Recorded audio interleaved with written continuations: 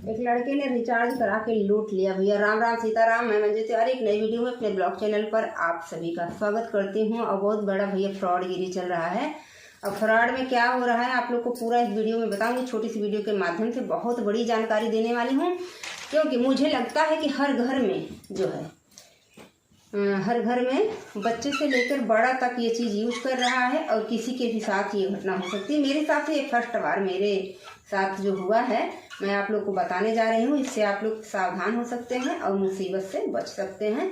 आपकी जो धनराशि है, मेहनत की कमाई हुई राशि है, वो बच सकती है। अन्यथा भैया आपकी मर्जी। अगर आप पूरा वीडियो देखेंगे नहीं तो समझ में आएगा नहीं कि मंजू दीदी क्या बोल रही हैं यहाँ पर। तो भैया मैं सच्ची बात यहाँ पर बताती हूँ। जब जिन बातों से मैं एकदम पूरी तरह से संतुष्ट रहती हूँ कि ये चीज़ सही है, वही मैं अपने चैनल पर शेयर करती हूँ। अदर मैं कुछ शेयर नहीं करती हूँ। तो आज की वीडियो में हम आप लोग को बताने हैं कि हर घर में, हर फैमिली के पास, अम्मा के पास, बाबूजी के पास, भाभी के पास, भैया के पास, बच्चों के पास, सबके पास मोबाइल है। ऐसा कोई व्यक्ति नहीं है।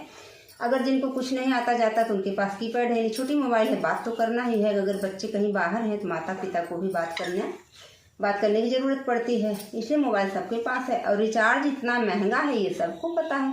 पहले क्या था कि रिचार्ज कोई एक करवा लेता था, घर पे कोई है तो मिस कॉल कर दिया, फ़ोन आ जाता था, बात हो जाती थी। अभी का क्या है भैया कि रिचार्ज नहीं तो फ़ोन डिब्बा के समान हो जाता है। फ़ोन आपका कहीं ना कहीं पड़ा रहे, उससे कोई मतलब नहीं है। पहले क्या था कि जब रिचार्ज आपका, इस बीच वाली बात करें, जब से रिचार्ज बढ़ा हुआ है, जब से इतना ज़्यादा पैसा लग रहा है, तब की भी मैं बात कर रही हूँ। 28 दिन या 56 दिन जो भी रिचार्ज आप कराते थे, उससे 8 दिन, एक सप्ताह तक फ़ोन आपका आता था। अगर आप लगा नहीं सकते थे तो फ़ोन आता ज़रूर था। लेकिन अभी का क्या सिस्टम हो गया है कि आज आपका आने वाला सेवा समाप्त, मतलब लगाने वाला सेवा समाप्त होगा, कल आपका फ़ोन आने वाला भी बंद हो जाता है। उसके बाद कोई कीमत कदर नहीं रह जाती है। अब भैया समय की दौड़ भाग में, आपाधापी में, कहीं आना है, कहीं जाना है, कहीं कुछ है, कहीं मैसेज करना है, कहीं फ़ोटो भेजना है, कहीं मेल करना है, छोटों को बड़ों को जिनकी जो ज़रूरतें हैं उस हिसाब से लोग मोबाइल यूज कर रहे हैं। और रिचार्ज सबके में चलता है, महंगा भी है रिचार्ज। तो भैया रिचार्ज के ही चक्कर में मैं आप लोगों को एक बात बताने जा रहे हैं। दिल थाम के बैठिएगा, पूरा बात जरूर सुनिएगा। कल शाम की बात है, मैं जब खाना बना रही थी, मेरा खाना बन गया, सब्जी रोटी जो भी मैं बनाई, दूध बनाई, सब कुछ बना के मैं बर्तन खाना हटा दिया मैंने। उसके बाद चूल्हा साफ़ कर लिया। अब आप लोग बोले घुमा रहे हैं दीदी। भैया थोड़ा घुमाना तो पड़ेगा ही ना, कि मैंने अपना जो काम किया वो बता दें आप लोग से। उसके बाद जो है मैं खाना रख के पोछा लगा ली, बर्तन धुल के साइड कर दिया और खाना साइड में रख दिया। हमने कहा चलो अब अम्मा से बोल दिया, हम कहे पिताजी को बोल देना खाना खाने के लिए। भैया तब मैं बोली चलो ठीक है, पर तो बुलाते हैं। अब खाना खाने के लिए पिताजी आ गए। उसके बाद हमने खाना परस भी दिया। पिताजी खाना खा रहे थे, अम्मा का फ़ोन बजने लगा। अम्मा का फ़ोन बजा तो अम्मा गई फ़ोन उठाएं। अब जब फ़ोन उठाएं तो उधर से एक लड़का बोला, अब मतलब एकदम घबराहट में, मैडम जी मेरा मतलब रिचार्ज आपके नंबर पर 299 का रिचार्ज मेरा गलती से चला गया है, आप प्लीज़ उसे रिटर्न करवा दीजिए। आपके घर में कोई लड़का है कि नहीं है। अब अम्मा तो इतना ज़्यादा समझने वाली है ना, एकदम नॉर्मली बात समझती है। वो आबड़ ताबड़ में बोल रहा है जो है। तो बोली कि हाँ है, हम बात करवाते हैं। हाँ तो अम्मा हमसे बोल रही हैं उसा हम कहे का कहीं, अरे क्यों सरकारी आदमी आए है, ला बात कर ले दिखाई का कहत बा मनैया। हम कहे ठीक बा, ला बात कर ले।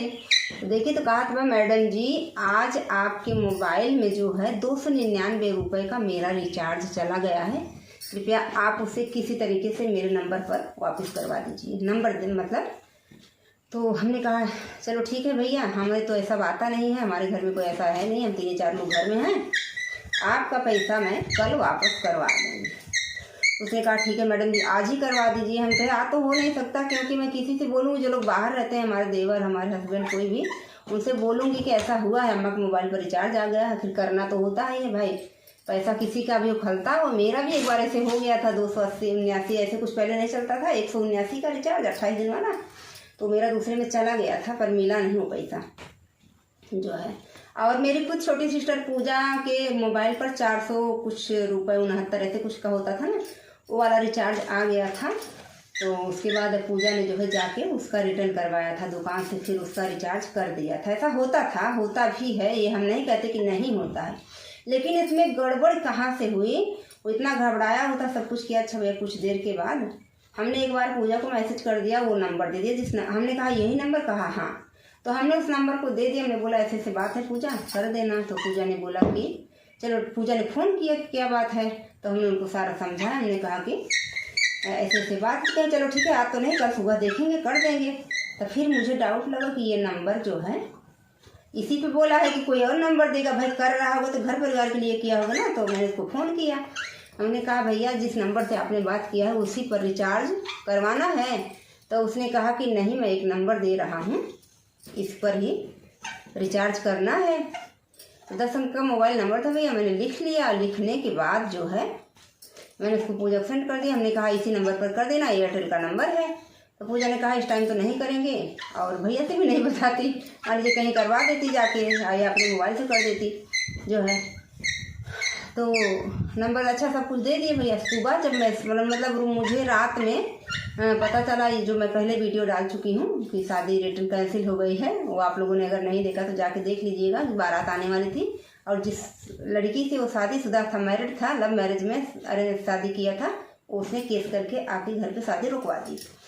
तो उससे जो है उससे मुझे मेरे दिमाग में एक बात ये आई, हाँ तो अम्मा के मोबाइल में मैंने 3-4 बार 1*123# करके चेक किया था। तो उसमें जो है रिचार्ज 24/4 जून तक का दिखा रहा था कि आपका प्लान जो है वो बढ़ा दिया गया है एक्सपायरी से। अब मेरा 9 तारीख को एक्सपायरी प्लान था उसमें अम्मा वाले मोबाइल में। तो हमने उसको 2 से 3 बार मैसेज चेक किया, मतलब डायल करके चेक किया। तो मैंने कहा चलो ठीक है, हमने कहा हाँ हुआ है करवा देंगे भैया। अब भैया सुबह वही शादी वाली बात जब हम सुन लिए तो हमें लगा कहीं ना कहीं कि एक बार अम्मा के मोबाइल में हम जो है बैलेंस और चेक कर लेते हैं कि आगे प्लान बढ़ा है कि मतलब कोई दिक्कत है क्या है।